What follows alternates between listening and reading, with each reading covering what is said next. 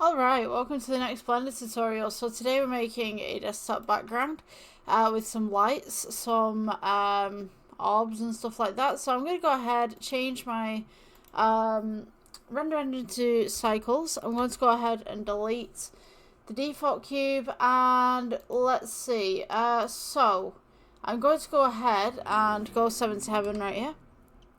Let's go with add objects, and we will go with a let's say you want to have a UV sphere right here.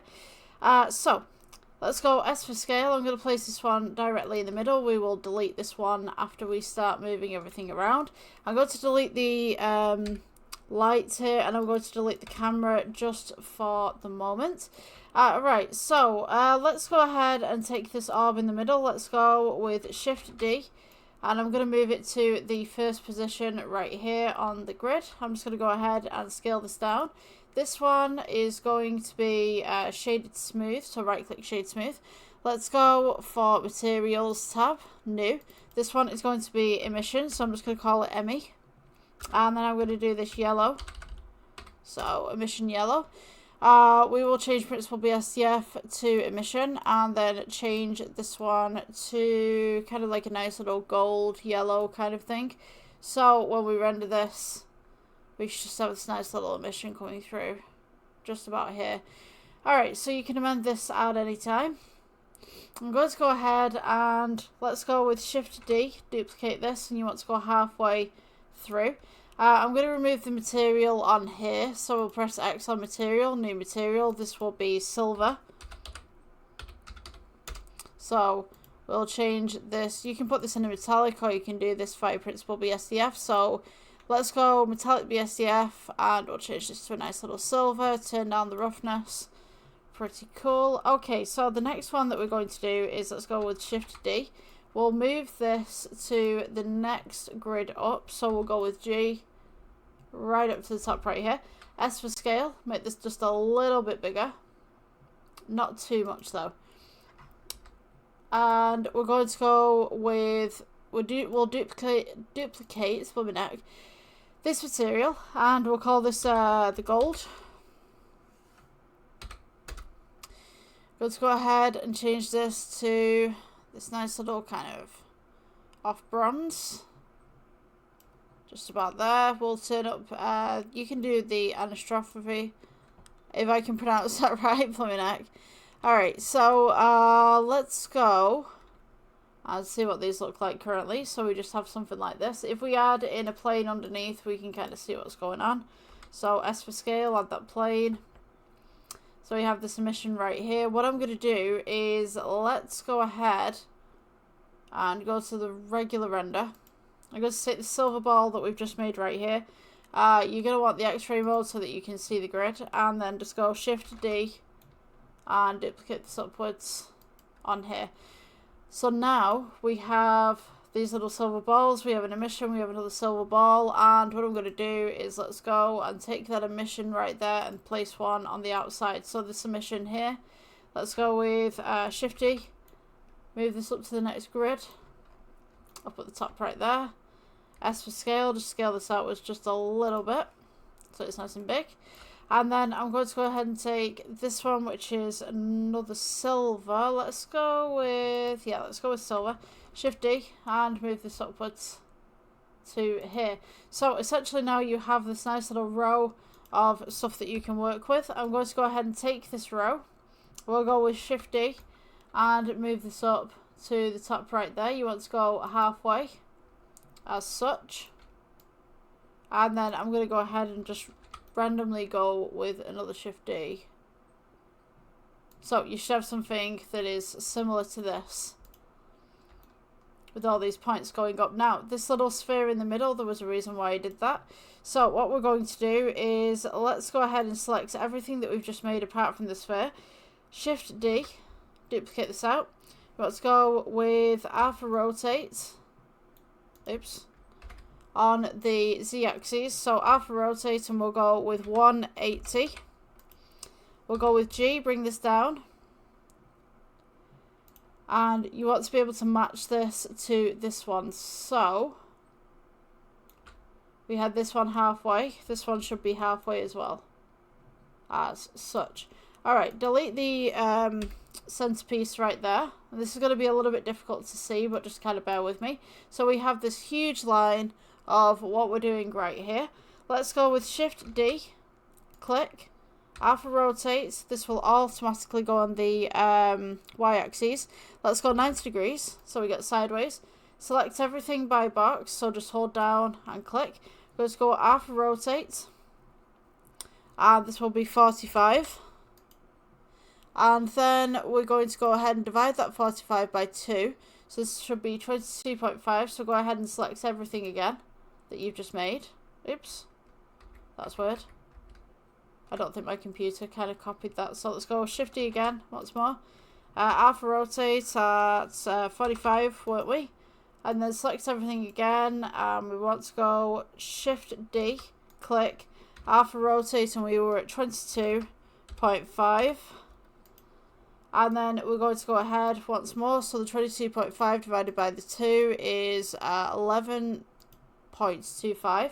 Select everything, Shift D, click, rotate, and we are 11.25 as such. And then if we divide the 11.25, we are 5.6.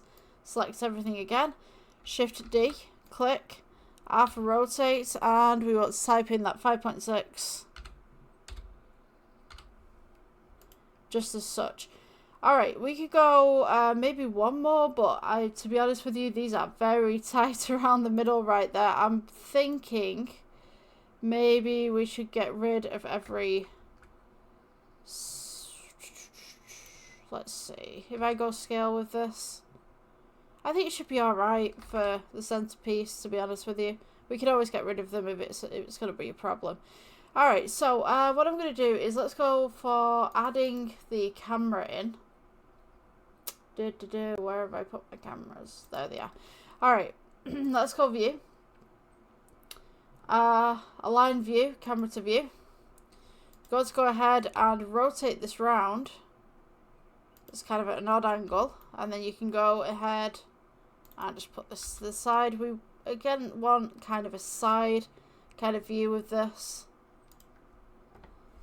So you kind of an angle coming down. So when you render this, you should have something of a kin. So it's the camera that's at the angle and not the piece. So once you've got something like this, we can go ahead and add like a little background in. So we could go with shading tab.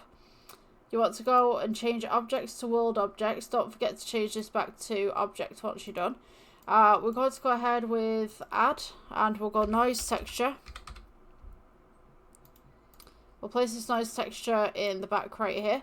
On the render, you should have something like this. So go ahead and scale this down. We're going to make some stars. I'll scale this up so that it goes down. We'll go to add. We'll go color ramp. Place this in the middle right here. And you want to go ahead and move the black across so that you essentially have some stars in the back. Some little sprinkles. Go ahead and change your world settings to object. We'll go back to the layout. This is the kind of thing that we should have. It's almost like a nice little galaxy piece. To bring this metallic out a little bit more, what I'm going to do is I'm going to add my own lighting to the back. So let's go ahead and add, oh, this should be above, hold on. Let's go to the side real quick on this. Come on, there we go. Alright, let's go to add. We'll go with plane. S for scale to elongate it, and then S to scale just to bring that in a little bit more. We're going to go with material new. Change principal BSDF to an emission. And we're going to go with G and bring this up. You want to bring this past the camera so that it's not seen within the camera lens. And now what we should have, as long as we've got this powerful enough, is a little bit of a shine on the metallic pieces. If it doesn't shine on the metallic pieces, add more of these strips. So we can go Shift D, move this up. And then we can go with, oops, don't press caps. Shift D, move this up as well. So you can kind of see the shine coming round upon those metal pieces.